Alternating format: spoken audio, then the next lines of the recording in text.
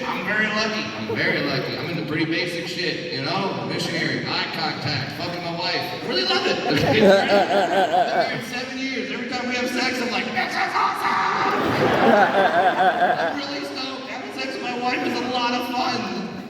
Wow, I literally almost just said, you should try it.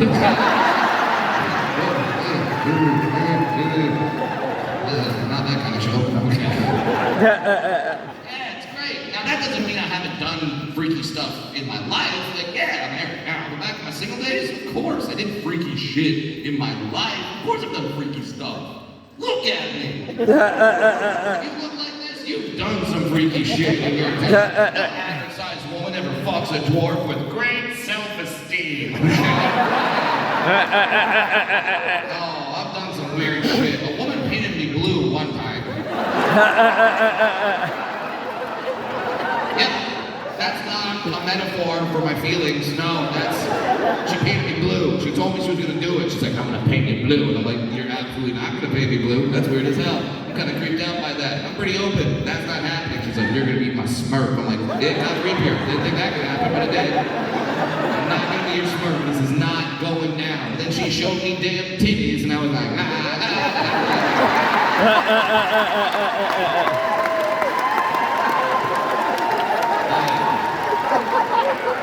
The night started off real weird. By the end of it, she was calling me Papa Smurf. I've done some weird stuff. You gotta understand, I was out there, and I was meeting people. Like, when I have sex with someone, it's different than when you guys do it. Because when you fuck for you, or you fuck for your partner. When I fuck, I'm fucking on behalf of a people. That's a lot of pressure. I feel it. Every time I was with a tall woman, I would picture every dwarf in the world at the foot of my bed just cheering me on the entire time. The bed's high, they can't see what's happening. Now maybe some of you here have done a version of this, because if you've ever had sex with someone outside of your group, whatever your group is, you ever had sex with someone outside your group, you've been in this position, because in that moment, you are the sexual representative for your group. Whatever you do, that's what the other person thinks everyone in your group does. It can be a lot of pressure, but you can also have fun with it. I would have fun with it. I would do weird shit on purpose just to give that person a story to tell the next time. Random stuff. I'd pop up in the middle and give her a Macho Man elbow drop. Because you know, if she goes to brunch and tells that story, oh, hers wins, okay? You imagine that, ladies grabbing mimosas, gathering around. Mama's got a tale to tell. Last night, you got a little crazy. Went out, not gonna lie, fuck the dwarf. You heard me, fuck the dwarf. I know you have questions. I have the answers. Answer number 1, tequila. Okay.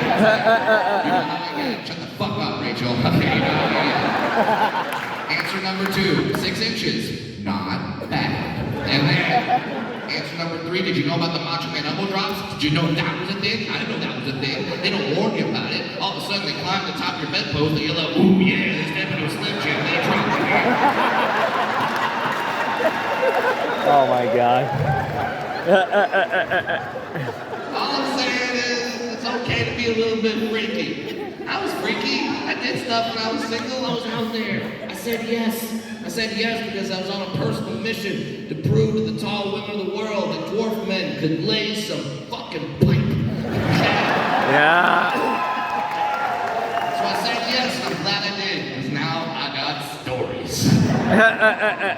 Like, one time I had sex with a 310-pound woman. My ex. Oh, now you fuckers get quiet. Okay. You were laughing and having a good time. Now I tell that joke, you're like, pulling out your iPhones. Where's the calculator? I gotta figure this shit out. Yeah, I did. It was great. It was wonderful. She was delightful. She was so much fun. I found her very attractive. I wanted to have sex with her. She wanted to have sex with me. And in my opinion, if you want to have sex with me, you're a good person. And I wanted to make sure she had a good time because she was being so nice to me. And I said, hey, I know there's a size difference. You're 310, I'm 110. I don't give a shit. It's not about me. It's about you. What can I do for you? How can I make you happy? How can I make you come? What's your favorite position? She's like, I love it on top. I was like, oh.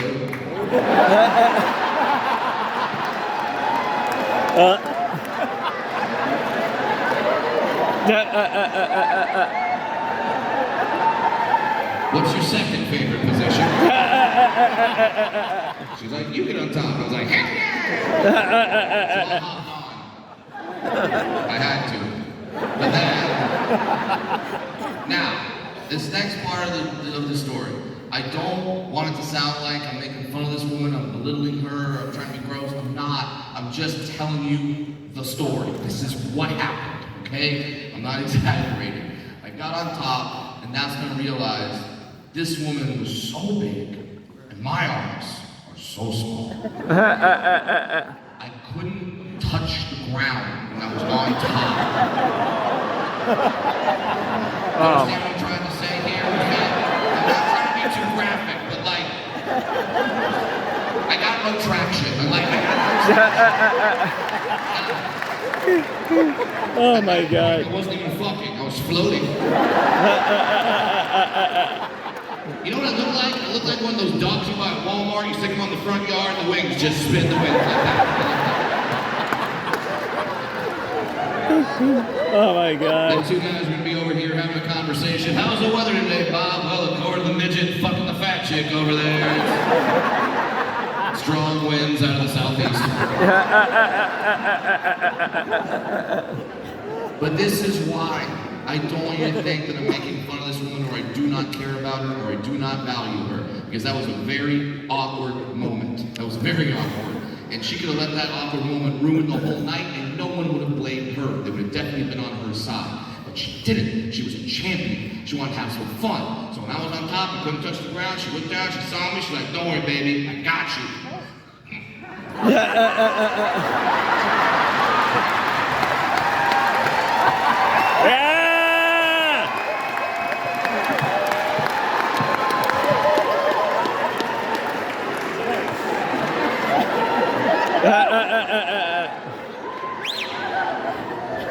Bro. I don't know if any of y'all have ever role played as a stick shift before. That got dropped in fourth. She was into it. She was having fun. At one point, she would yell out, faster! And I'm like, I'm not in control of the situation.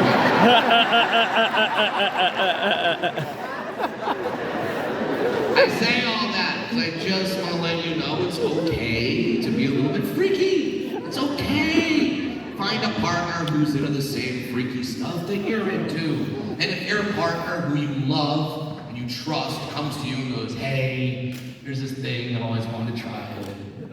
Can I try it with you? Give it a go. Have some fun. There you go. It's a happy partner. I say give it a go, but I know every dude just looked at his woman and went, see, anal. Not saying you gotta do everything, okay? You can have your limits, you should. Have things you won't do. Have precautions in place. Have a safe word. Safe words are normal, they're fine. When a lot of safe words during sex, you know you're gonna stop, reevaluate the situation, make sure everybody's comfortable with what's happening. Safe words are perfectly healthy. A lot of normal couples have safe words. I'm sure there's couples here tonight that have safe words. I don't know if you want to share. Alright. I'll have to digest for a second. Okay. First of all, I heard pineapple up here. Good. That's a good safe word. That's a good safe word. By the way, did you know it's the most common? It's the most common safe word is pineapple. It's also a sign for swingers, so if your partner suggested it, okay. And then there was a woman in the back, I said, what's your safe word, whatever, somebody yelled us, and she just screamed. She just screamed. Not a good safe word. Not because we don't know. Scream of joy, pain, ecstasy, stop, no, we're not quite sure. That's why. It's got to be clear. Choosing your safe word has to be very clear. Like I asked an audience one time, what's someone's safe word? And the woman yelled out, Costco. Alright, that's very definite. It's like, why Costco? And she goes, I like free samples. And I was like, okay. Choosing a safe word, very interesting. You have to choose a word that you don't normally say in casual conversation. It has to stand out. Like my safe word can't be, can you reach that? Now, my wife and I, we have a safe word, but our safe word doesn't have anything to do with sex at all. Our safe word is for something completely different. But feel free to adopt this in your own relationships if you think it'll help you. I promise you, I'm about to tell you, has saved my marriage. Okay? All right. My wife and I have a safe word for when I take a joke too far. This is very real. I don't know if you figured out by me starting out from the fucking Helen Keller joke. Sometimes I go a little too far, and it's good for comedy. It's bad for casual conversation. I'm a pretty good comedian. I'm a horrible person. Okay, just know that. All right. So if I go too far and my wife feels uncomfortable, she says the word cephalopod. And then I know, yes, that's the real word. I promise you it's the real word. Yeah, it's my wife's favorite mollusk. You don't have one? Nerd. So when I hear that word, I know I've got to pump the brakes on the jokes. This is vital to our marriage. I'll give you an example. When our daughter was born, okay? We were in the hospital. It's a very good, it's chaos in there. There's doctors, there's nurses running around. My wife is sitting or laying down on the delivery room table. Our daughter enters the world, and I just yelled out, "The prophecy has been fulfilled!" Yeah! My wife, as drugged up as she was like, "Cephalopod." Accurate. Because you gotta understand, guys, I can be in front of an audience of 1,000 people. I can be in front of an audience of 1. My philosophy is the same. If I think something's funny, I have to say the joke. It's not a good call, don't encourage me. I have to say it. It doesn't matter the situation. I was having a very serious conversation with my wife right after our daughter was born about how we would raise our child together. And this is a very important conversation. Because my wife and I come from different cultural backgrounds. I'm in a mixed race marriage. My wife is Chinese, not. I'm not Chinese. My Great Wall is a curb.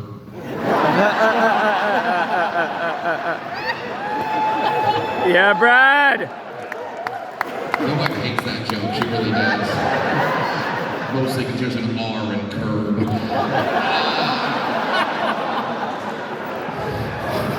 Oops.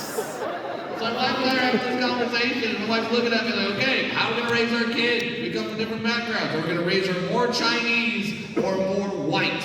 And I was like, well, she's female and still alive, so I guess white. Oh my.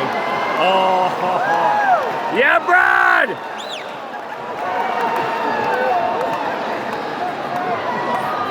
If you laughed at that joke, you're a horrible person. Yeah!